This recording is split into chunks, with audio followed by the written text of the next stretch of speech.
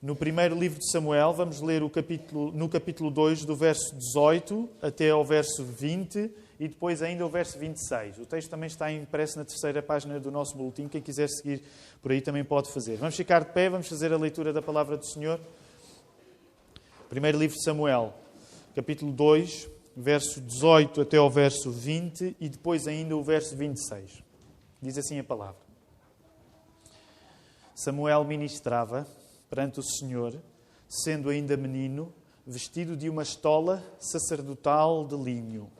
E sua mãe fazia-lhe uma túnica pequena, e de ano em ano lhe a trazia quando, com o seu marido, subia a oferecer o sacrifício anual. Eli abençoava a Elcana e a sua mulher e dizia: O Senhor te dê filhos desta mulher, em lugar do filho que devolveu ao Senhor. E voltavam para a sua casa. E no verso 26 ainda. O jovem Samuel crescia em estatura e no favor do Senhor e dos homens. Podemos ficar sentados. Nós teremos ainda a oportunidade, depois do serviço de culto, de ter a nossa classe de preparação para o batismo e para novos membros. Portanto, todos aqueles que têm estado nesta classe de preparação para o batismo e novos membros, então no final, depois do nosso serviço de culto, hoje vamos fazer uma sessão mais breve, mas queremos aproveitar este tempo. Aliás, estendo o convite a qualquer pessoa que nos visite e que, se tiver interesse em saber mais acerca de nós, enquanto igreja, daquilo em que cremos, nossa declaração de fé, nós estamos a fazer esta classe até pelo menos à altura da Páscoa, onde, se Deus quiser, teremos oportunidade para fazer alguns batismos. Mas estamos a convidar as pessoas que não conhecem a igreja e que por alguma razão têm alguma pergunta, que gostavam de conhecer melhor a igreja, pessoas que já tenham sido batizadas e que começam a achar que se calhar esta é a igreja certa onde ficarem, então elas são convidadas a assistir a esta classe. É uma classe onde coisas simples são faladas, mas onde as pessoas têm a oportunidade para fazer as suas perguntas. Por isso, no final, nós ainda faremos isto. No texto que nós acabámos de ler, nós falamos na história de uma família, que é família constituída pelo pai. Como é que se chama o pai? Vou fazer algumas perguntas para podermos estar bem acordados. Como é que se chama o pai? O pai chama-se Elcana, é um nome curioso. Como é que se chama a mãe? A mãe chama-se Ana. Como é que se chama o filho? Samuel. Semana passada foi um serviço de culto especial porque quisemos que as nossas crianças, como é hábito, por ocasião do Natal, pudessem ter algumas participações especiais. Não sei se recordam, uma das participações mais graciosas que nós tivemos foi de um grupo de meninas praticamente já adolescentes, e estas meninas estiveram juntas cá à frente, lembram-se? Cantaram. Não sei se recordam das palavras que elas cantaram. Têm ideia? Recordam-se disso? Aqueles que estavam na semana passada, quando ouviram as jovens meninas a cantar, lembram-se? O texto que elas cantaram vinha de onde? Alguém tem uma ideia? Foi um texto que nós lemos a semana passada também. Eu dou-vos tempo para pensarem. Eu sei que já lá vai uma semana com não muito trabalho, mas com muita comida e cheia de coisas que nos distraíram. As meninas cantaram. Ok, vou dar a oportunidade às jovens meninas que cantaram. Vocês lembram-se daquilo que cantaram, as jovens meninas? Sim? O que é que cantaram? Mais alto. O Cântico de Maria.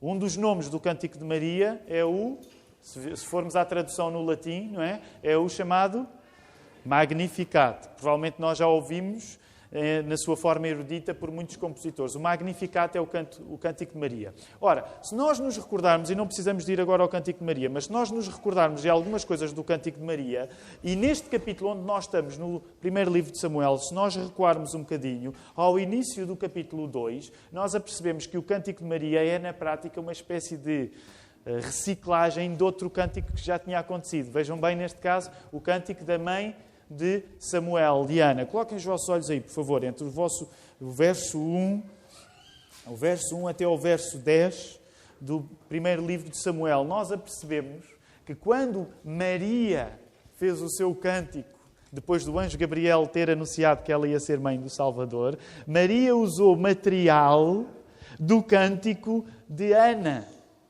Então aquilo que Maria estava a cantar, em grande parte, era aquilo que Ana tinha cantado. Uma semana depois de nós termos ouvido as nossas jovens meninas a cantar, nós podemos ter a memória um bocado mais despertada para isto. Isto porquê?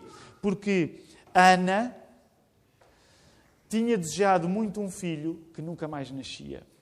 E quando nós, no contexto do Velho Testamento, que é onde estamos hoje, quando nós, no contexto do Velho Testamento, pensamos em mulheres que desejaram muito filhos que não apareciam, percebemos que isso no Velho Testamento é, como se costuma dizer, o pão nosso. Só no livro de Gênesis há 3 mulheres da mesma família que em gerações seguintes têm este problema. Mulheres que queriam ter filhos e que não os conseguem ter.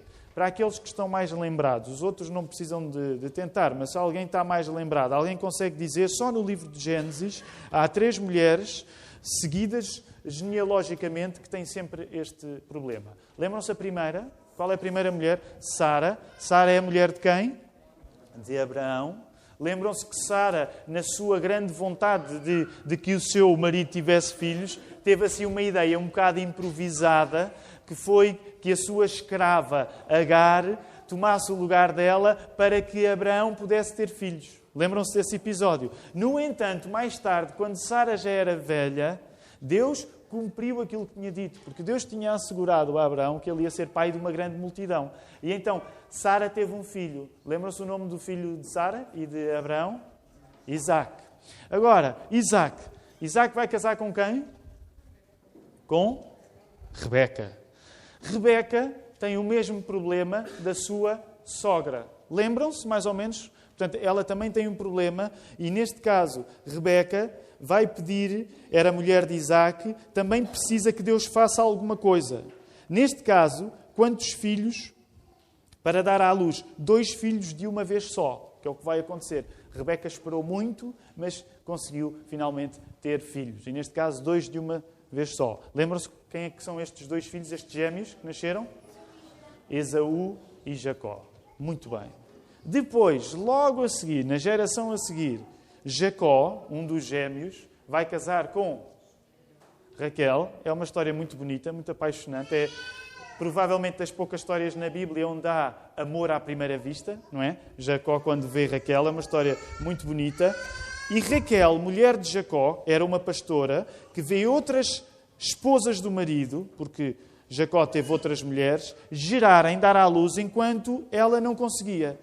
E a pressão que ela sentia, exercida pela sua irmã, que também estava casada com Jacó. Lembram-se o nome da irmã de Raquel? Lia. Lia, que começa logo a ter filhos, isso causava uma angústia tão grande em Raquel, mas finalmente, como diz a palavra de Deus, Deus abre a madre a Raquel e ela tem 2 filhos. Alguém se lembra? Esta já é um bocado mais avançada, mas lembra? Os filhos de José e Benjamim. E Raquel acaba por morrer no contexto do nascimento de Benjamim. Só no livro de Gênesis há 3 sucessões genealógicas onde mulheres não conseguem ter filhos e pedem a ajuda a Deus para isso. Mas não fica no Gênesis, quero pelo menos falar mais um caso. No livro de Juízes, há outra mulher que quer muito ter um filho e também não estava a conseguir e que finalmente tem. Lembram-se quem é? A mãe de Sansão. A mãe de Sansão. E sabem, é curioso, a mãe de Sansão é uma experiência parecida com Ana. Deus dá-lhe o filho, à mãe de Sansão, e a mãe de Sansão retribui, fazendo com que Sansão tivesse um voto e que o cumprisse diante de Deus. Foi o mesmo que aconteceu com Ana. Ana tinha pedido a Deus que, se Deus lhe desse um filho, a Ana ia deixar que este filho fosse completamente dedicado para o trabalho para Deus. E é por isso que este pequenino Samuel, o filho de Ana, estava, neste caso, com Eli, porque Eli era o sacerdote que servia no templo. Um entre parênteses. É preciso notar que este templo não vem a ser o templo, não é? Esta é uma primeira forma de templo, porque nós sabemos que o verdadeiro primeiro templo ele é construído por quem? Falámos nisso a semana passada, por Salomão. Okay? Mas, no entanto, a expressão templo já é usada para o lugar onde o culto se fazia. E, rasando apenas a história de Samuel, nós encontramos-lo aqui, no texto que acabámos de ler hoje, a servir no templo com Eli. Essa, como vimos, tinha sido a promessa que Ana tinha feito. Senhor, se tu me deres um filho, eu entrego o meu filho para o teu serviço. E cá está Samuel. O trabalho fiel de Samuel perante o Senhor também se vê neste detalhe que nos pode parecer curioso. Porque o texto bíblico, como nós reparamos, fala numa estola sacerdotal de linho aí no verso 18. O que era a estola sacerdotal? A estola sacerdotal era uma espécie de na prática era uma tanga, mas é mau quando nós dizemos tanga, porque hoje pensamos em tanga e pensamos ou em praia ou em índios, e não é bem a mesma coisa, não era bem a mesma coisa, mas era uma espécie de... Há quem o possa descrever às vezes como se fosse uma espécie de avental, mas que era usado e que tinha uma função religiosa para o culto. E então, a seriedade do trabalho de Samuel via-se também pela própria roupa que ele vestia. A estola sacerdotal era isto. E então o que é que acontecia? Ana, uma vez por ano, a sua mãe trazia-lhe esta túnica pequena, trazia-lhe uma túnica pequena que vestiria sobre esta estola. A relação de Samuel com esta túnica estende-se até à sua maturidade e velhice. E toda a delicadeza, agora pensando no Samuel pequenino, ainda não no Samuel velho, mas toda a delicadeza, pureza e até a pequenez do vestuário de Samuel contrasta com alguma coisa. Ou seja, isto é uma das coisas fundamentais que nós percebemos no texto de hoje. Samuel está em contraste com algumas pessoas. Que pessoas são essas? Nós não fizemos a leitura, mas eu gostaria que vocês pudessem olhar para aí. Entre onde nós paramos, aí no versículo 21, de primeiro livro de Samuel, no capítulo 2, reparem aí, a partir do versículo 22, vai falar de algumas pessoas que, ao contrário de Samuel, não se portam bem com a profissão que têm no templo. São pessoas que tinham profissão no templo, mas que não se estão a portar nada bem. Que pessoas são essas? Como podem ver aí no texto, são os filhos de Eli. Então reparem o que é que isto quer dizer.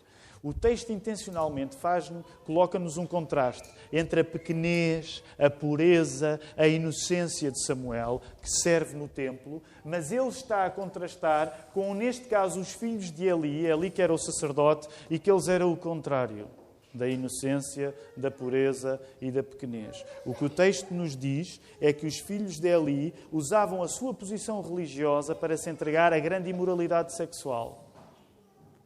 Portanto, imaginem todas as histórias que no imaginário português às vezes nós podemos ter de padres devassos. Não é? Nós temos, no nosso imaginário comum em Portugal, temos muitas histórias de padres devassos. Não é? Provavelmente é a melhor figura para nós compreendermos o que é que os filhos de Eli estavam ali a fazer. Estavam a usar a sua posição religiosa, que era de grande importância, não para servirem o culto, mas para se servirem a si próprios. E deixem-me dizer, não é pelo facto que nós vivemos num país de maioria católica romana que quer dizer que só há histórias de padres devassos. Infelizmente há muitas histórias de pastores devassos também. E é especialmente grave que alguém use uma função de privilégio religioso para não servir o culto, mas servir-se a si próprio. Isto agora dava para muitos entre parênteses e eu não os vou estender. Mas sabem que também é por causa disto que nós procuramos ser uma igreja transparente, escrutinada, a dizer o que crê, a dizer a maneira como trabalha, para que todas as pessoas que estão no serviço da comunidade não se sirvam a si próprias, mas sirvam o culto. E claro que uma das primeiras pessoas mais assinaladas nisto sou eu próprio enquanto pastor. Porque a Bíblia deixa claro desde sempre que é possível, sob a aparência de ser espiritual, usar essa espiritualidade para a pessoa não servir a Deus, mas servir-se a si própria. E é isto que os filhos de Eli já estavam aqui a demonstrar. Os filhos de Eli, com responsabilidades sacerdotais, pecam, desprezando o cuidado com os sacrifícios e entregando-se a todo o tipo de imoralidade sexual. Reparem a ironia. Temos uma família abençoada, que é a família de Samuel, em oposição a uma família que desperdiça a bênção. A família de Samuel, pai Elcana, mãe Ana, é abençoada. A família que despreza a bênção é a família de Samuel. Mas é irónico porquê? Porque Samuel, que é o pai da família, é a pessoa que garante que a outra é abençoada. Reparem como as coisas às vezes são complicadas. A pessoa que garante que uma família era abençoada, neste caso através de Eli, o sacerdote. Eli é a pessoa que garante que esta família é abençoada. É ele que invoca a bênção de Deus para a família. No entanto, ele é pai de uma família que está a rejeitar a bênção do Senhor.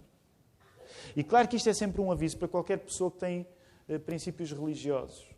Não é pelo facto de uma família ter princípios religiosos que ela não possa ser tentada a abandonar os princípios nos quais cresceu. A prova é os filhos de Eli. Teriam sido ensinados nos melhores princípios e, no entanto, eles estavam a desperdiçar a bênção. Eli abençoava Elcana e a sua mulher e ele dizia, diz aí no versículo 20 que nós lemos, Eli pedia que Deus desse mais filhos. Uma vez que Ana, o único filho que tinha tido, foi Samuel e deu para o serviço do Senhor, Eli pedia que Elcana e Ana pudessem ter mais filhos. E o resultado desta bênção é muito produtivo, porque nasceram mais 3 filhos e 2 filhas a Elcana e a Ana. Por sua vez, Samuel crescia na presença do Senhor no templo. Este era sinal que Deus o aceitava. E o verso 26 resume o processo do crescimento de Samuel. O verso 26 resume o processo de crescimento de Samuel, quando diz que o crescimento de Samuel agradava a Deus, mas também agradava a homens. E não sei se recordam, hoje na leitura que a nossa irmã Fernanda fez, ela leu o último verso, a irmã Fernanda leu no último verso um texto que em Lucas descreve da mesma maneira o processo de crescimento de Jesus. Reparem, por isso é que nós temos de ler a Bíblia toda, para perceber que o Novo Testamento usa material do Velho. Quando no Evangelho de Lucas, no capítulo 2, no versículo 52, diz que Jesus crescia em sabedoria, estatura e graça, essa era uma linguagem que um judeu podia perceber, porque ele sabia que essa tinha sido a maneira como Samuel tinha crescido. Reparem, o que significa que se Jesus cresceu como Samuel, significa que Samuel cresceu mesmo bem. Ele crescia no agrado de Deus, mas crescia no agrado dos homens também. Ora, na semana passada nós falávamos... Lembram-se da semana passada? Sim? Lembram-se qual foi o texto que estivemos a falar na semana passada? Quem é que se recorda? Qual foi o texto que lemos na semana passada? Eu dou-vos tempo. Peguem nos boletins, se alguém aí tiver. Foi em Hebreus. Hebreus capítulo 10, 5 a 10. E lembram-se, uma das coisas é que falámos numa ponte que o texto de Hebreus estabelecia com outro texto, que era um texto nos Salmos, no capítulo 40. Lembram-se que falámos, uma das coisas que abordámos foi isto. Explicar como a linguagem dos Salmos às vezes parece contraditória, mas não é contraditória. Consegue juntar, dentro de um mesmo texto, sentimentos que às vezes nos parecem que não negociam um com o outro. Lembram-se quais eram esses 2 sentimentos que falámos na semana passada? O tipo de sentimentos que o Salmo 40 tinha e que o autor de Hebreus acabava por usar também? Por um lado a gratidão, por outro lado a queixa. Lembram-se? A semana passada uma das coisas que fizemos foi pensámos, porque as nossas crianças tinham tido uma participação especial no serviço de culto, pensámos como no caso da educação dos filhos, é uma coisa que nós conseguimos sentir facilmente. Não é? Quando temos filhos para educar, conseguimos sentir facilmente o sentimento de louvor, gratidão, mas ao mesmo tempo de queixa.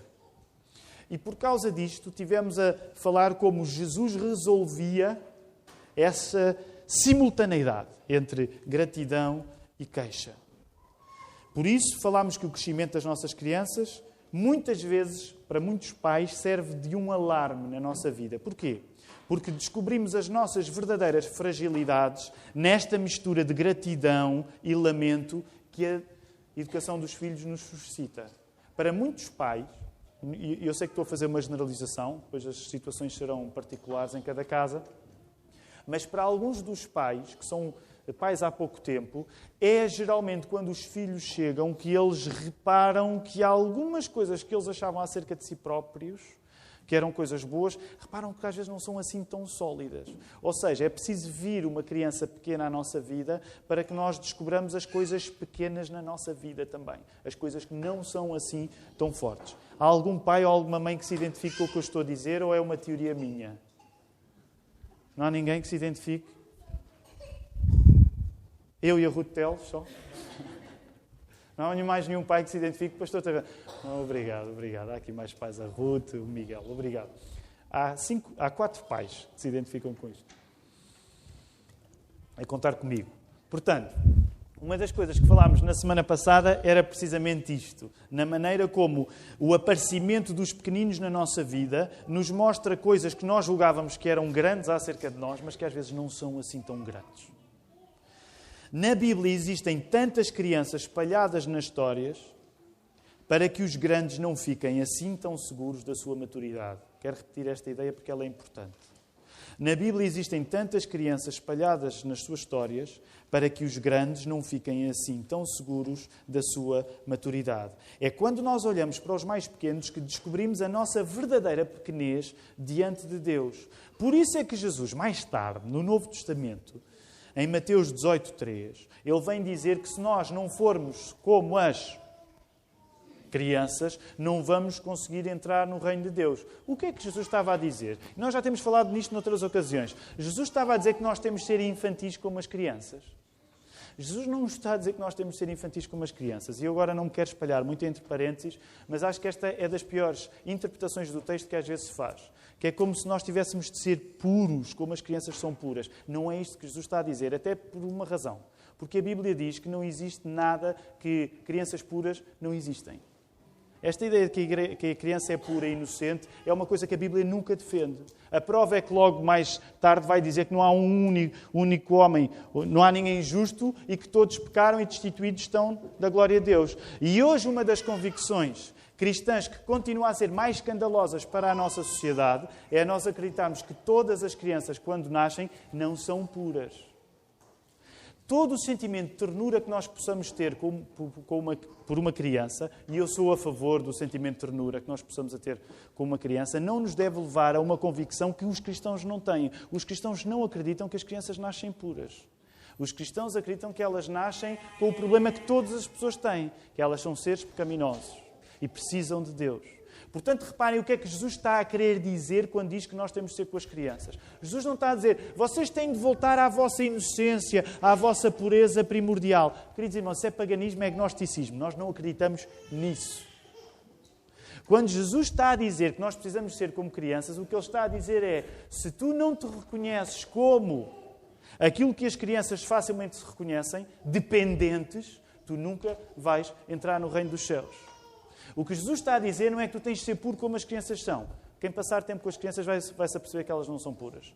O que Jesus está a dizer é que se nós não comportarmos como as crianças, dependentes de um Pai Celeste, nós vamos julgar que nos podemos salvar a nós próprios.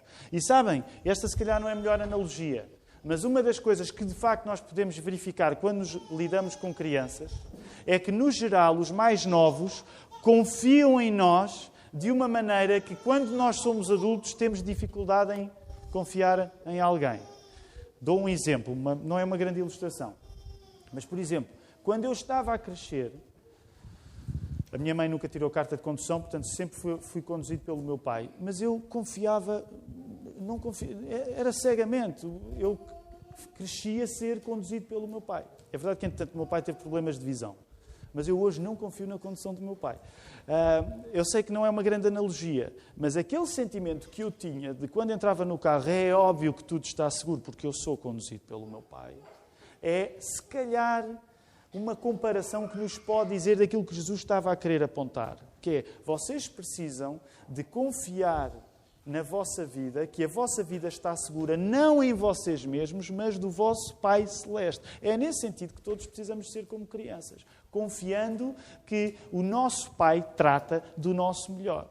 Reparem, é isto que faz uma diferença entre haver uma igreja que olha para as crianças e não toma nelas um exemplo para todos nós sermos infantis, mas toma nelas um exemplo para todos nós precisarmos de confiar em Deus como nosso Pai. E é nesse sentido que, quando eu sou como uma criança, eu não confio em mim, como uma pessoa que sabe mais acerca de mim próprio. Quando eu sou como uma criança, eu posso saber que, se eu não confiar no Pai, a minha vida não vai estar bem tratada. E, nesse sentido, todos precisamos de ser como crianças. Logo, esta oportunidade para nós descobrirmos a nossa verdadeira pequenez, precisamos do Pai. Essa é a nossa pequenez, eu preciso do Pai. Também serve de oportunidade para descobrirmos a verdadeira grandeza. Que grandeza é essa? É a grandeza que nós nos apercebemos neste contraste. Lembrem-se, neste texto há um contraste feito entre a pequenez de Samuel e a maldade dos filhos de Eli. Eli é um sacerdote que tem no pequeno e bom Samuel o sinal mais nítido que, de facto, os seus filhos não são grande coisa. Reparem, pode parecer irónico. De facto, é algo irónico. Eli, que é o pai dos filhos maus, ele precisa, num certo sentido, olhar para Samuel para perceber o quão errado os filhos dele estão. Portanto, o que Deus nos está a querer dizer é que quando nós fazemos esta mistura, este contraste de medidas entre um pequeno que é puro em comparação com os outros que eram grandes e não são puros, o que nós estamos a compreender por causa disso é que a verdadeira medida da nossa solução é Deus. Portanto, quando eu sei comparar o exemplo de Samuel ao exemplo dos filhos de Eli, eu apercebo-me que a única solução é o próprio Deus. É isto que o texto nos está a querer sugerir. É a Deus que todos devem ser fiéis, independentemente das suas dimensões naturais. Quero terminar aqui. Esta semana nós fizemos a nossa escola bíblica de férias, de segunda, terça, quarta-feira. Fizemos ali nas instalações da Igreja Escocesa, que tem-nos sempre precedido as instalações nas últimas três vezes que já foi na Igreja Escocesa. Portanto, estamos muito gratos, de facto, aos nossos irmãos lá da Igreja Escocesa, ali na Rua da Arriaga. Para termos ideia, isso está escrito no boletim também, mas nós tivemos um grupo de cerca de 30 crianças, e eu digo crianças liberalmente, porque algumas delas já não são crianças, já são adolescentes, já são na prática jovens. Mas tivemos cerca de 30 dos nossos mais novos e pelo menos cerca de uma dúzia de adultos. E eu quero fazer esta referência porque quero fazer esta referência durante a mensagem da gratidão que nós sentimos às pessoas que estiveram envolvidas. Eu não vou referi-las, mas foram várias as pessoas que estiveram envolvidas para que a Escola Bíblica de Férias se fizesse. Na prática, significa que quase meia centena de pessoas esteve envolvida para que isto acontecesse. Com muito esforço e dedicação, e creio eu, com prazer. Isto porque, para os irmãos saberem, eu ia lá de manhã, dirigia uma parte musical, mas depois ia trabalhar e voltava para comer. Portanto, muitos dos irmãos que estiveram envolvidos estiveram o tempo todo, coisa que eu não estive. Esforçando-se, dando o seu melhor para os nossos mais novos. O que é que isto significa? Isto também significa que nós colocamos o interesse dos nossos mais novos numa grande prioridade. Para que eles amem o Senhor e que amem também esta igreja. Essa é a razão porque nós fazemos escolas bíblicas de férias e nós não queremos deixar de fazer escolas bíblicas de férias. Porquê? É preciso ter os nossos olhos nas nossas crianças para que depois possamos ter os nossos olhos em todas as outras pessoas. Aliás, este é o título do sermão desta manhã. Primeiro ter os nossos olhos nas nossas crianças para depois termos os nossos olhos em todas as outras pessoas. A nossa convicção é que primeiro nós precisamos de fazer um trabalho excelente pelos nossos mais novos para que depois possamos fazer o mesmo tipo de trabalho por todos os outros que são mais velhos. É como se fosse um credo da nossa igreja e é por isso que nós teimamos e carregamos tanto na tecla de trabalhar bem para os nossos mais novos. Ora, querendo terminar aqui, eu quero, no entanto, só fazer uma salvaguarda. Trabalhar com excelência a favor dos nossos mais novos, que é um desejo que nós temos, Deus nos ajude, não significa que os nossos mais novos vão estar sempre convictos da excelência com que nós estamos a trabalhar para eles. Okay? A excelência que nós colocamos no trabalho com os mais novos não significa que eles vão estar sempre convictos dessa excelência. A prova é que, provavelmente, ali no início da juventude, algumas das coisas que nós fazemos com mais amor e dedicação vão ser bastante questionadas por eles. E isto significa que, na prática, trabalhar excelentemente a favor dos nossos mais novos não significa fazer sempre aquilo que eles querem que gostavam que fosse feito. Dar o nosso melhor aos nossos mais novos não significa que nós vamos dar-lhes aquilo que eles gostariam que fosse feito. Dou apenas um exemplo um bocado óbvio. Nós fazemos por tê-los todos durante o culto. Os meus filhos, são filhos de pastor, acham que se eu lhes fosse perguntar, o que é que preferes? Estar a assistir ao culto, a ouvir o papá pregar ou haver um culto especial para ti? O que é que acham que os meus filhos iam dizer? Portanto, ouvir o papá, claro que sim. É para mostrar na prática que há algumas das coisas que nós fazemos e que achamos que são as melhores. E, novamente, eu não estou a querer entrar nessa discussão, mas esta é a maneira de nós olharmos e fazermos as coisas na igreja. Não significa que as nossas crianças ou os nossos mais novos estejam convictos. Claro que depois podemos justificar a razão por que fazemos assim. Mas significa que nós, quando pensamos no investimento que fazemos dos nossos filhos, nós sentimos como uma prioridade servi-los quando eles são pequenos, sabendo que eles não vão ser pequenos para sempre. E para terem apenas uma ideia, sem entrar em detalhes, dar o melhor às nossas crianças não é educá-las para elas serem crianças o resto da vida. Porque a Bíblia diz que há momento para tudo e o apóstolo Paulo diz em 1 Coríntios 13. Não é? Antes era como criança, fazia as coisas como criança, mas hoje abandonei as coisas como criança. Portanto, servir bem os nossos mais novos não é a partir do princípio que eles vão ser crianças para sempre. E nós precisamos de orar muito pelos nossos mais novos a este nível e por nós mais velhos que os tentamos servir. Porque à medida que eles crescem, os desafios que eles nos trazem são cada vez maiores e a pressão que nós colocamos neles também não é fácil. Termino só dando outra ilustração. Na preparação da classe para o batismo, está dominada por mulheres. Aliás, lembram-se há 2 semanas, eu fiz uma pergunta ao Jonatas durante o culto, não é? Porque já nos apercebemos que os nossos rapazes, é assim, não vale a pena, no geral é assim. As meninas mais cedo começam a pensar nas coisas da vida. Lembram-se que eu perguntei ao Jonatas, quem é que tu achas que é mais maduro, os rapazes ou as meninas? Lembram-se o que é que o Jojo disse? Maturidade. Quem é que quer ser maduro quando podemos andar... Os homens pensam assim, quem é que quer ser maduro quando podemos andar a bater uns nos outros? Ou não necessariamente a bater uns nos outros. Mas... E sabemos que, no geral, mais cedo as meninas se interessam pelas coisas da fé. Então significa que na nossa classe de preparação para o batismo, sabem quantos rapazes é que existem? Nenhum. E eu não vou pressionar os nossos rapazes para terem de ir, porque obviamente o desejo de serem batizados pertence-lhes a eles e não ao pastor. Mas apenas para nós termos a ideia de que a pressão que nós colocamos sobre os nossos mais novos não é fácil.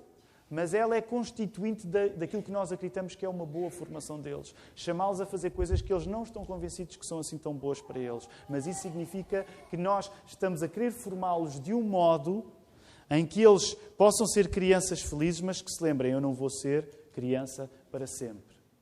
E isto significa com que nós tenhamos lutas em particular, dores em particular, nomeadamente esta. Temos uma igreja que quando se reúne está toda a gente junta, que dá um grande trabalho aos pais, dá um grande trabalho às mães, dá trabalho a toda a gente. Por isso é que precisamos da ajuda de Deus. Reparem, é curioso, por termos crianças no nosso culto, sentimos-nos mais crianças diante de Deus. Porque é tão difícil, às vezes é tão difícil mantê-los em paz, que nós sentimos mesmo como crianças dizer, oh Deus, ajuda-me, porque eu não vou ser capaz. É esse tipo de crianças que Deus quer que nós sejamos também. Samuel cresceu em favor do Senhor e dos homens, e nós desejamos o mesmo para os nossos pequenos da nossa igreja. Desejamos o mesmo para nós. Que nós possamos crescer em favor de Deus, mas em favor dos homens também. E é daí que vamos prosseguir para objetivos cada vez maiores. Vamos primeiro ser fiel na medida do pequeno, para depois sermos fiéis na medida do grande. Em tudo dependemos do Senhor e que Ele nos ajude. Temos muito trabalho em 2016 pela frente e precisamos mesmo dEle como nosso Pai para nos ajudar a fazer este caminho.